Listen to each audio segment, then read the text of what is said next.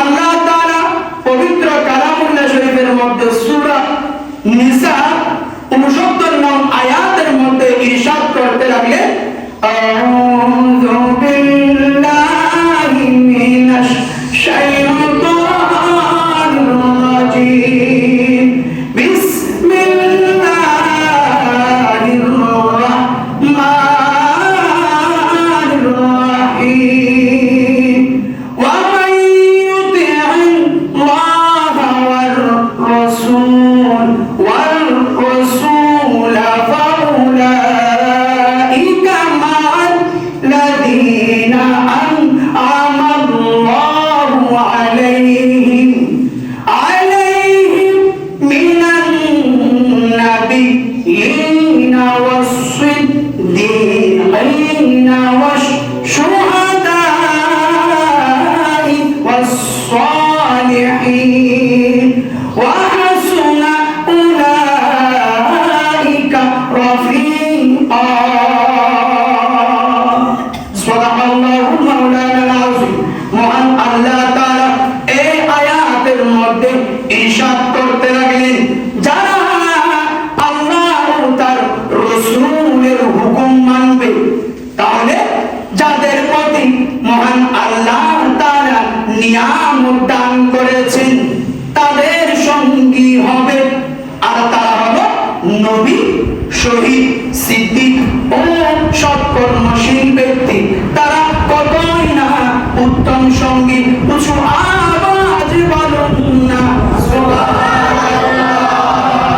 অর্থাৎ মহান আল্লাহ তাআলা বলতে লাগলেন, যারা আল্লাহ ও তার রাসূলের হুকুম মানবে, তারা যাদের প্রতি আল্লাহ তাআলা নিয়ামত দান করেছেন,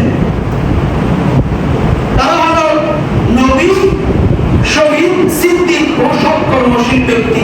তাদের সাথে কিয়ামতের দিন তাদের সঙ্গী হবে। উঁচু আওয়াজে বলুন না সুবহানাল্লাহ। এখন কথা হচ্ছে, আমরা কি আল্লাহ তাআলার হুকুম মানি? কই মানি? আমরা তো আল্লাহ তাআলার হুকুম মানি না। দুই একটা মানি, আর কি দুই একটা মানলে হবে না? প্রত্যেকটা আদেশ শোনার রাসূলের আদেশ, প্রত্যেকটা আদেশ আমাদের মানতে হবে কি হবে না? অবশ্যই হবে।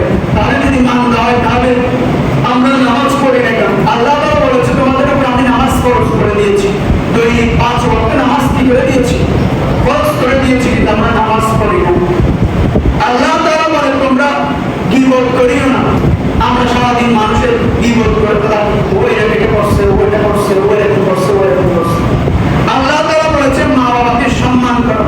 আমরা মা বাবাকে কি করি না? সম্মান করি না।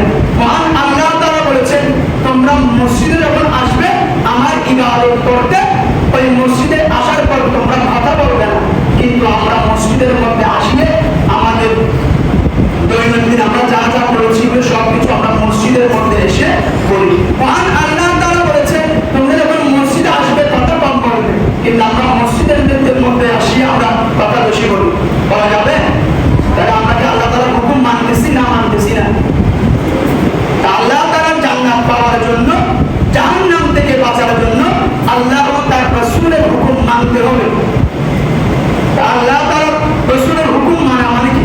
শুক্রবার দিন মসজিদের মধ্যে আসা না। আমাদের দৈনিক 5 ওয়াক্ত নামাজ কি করতে হবে? পড়তে হবে। অন্যের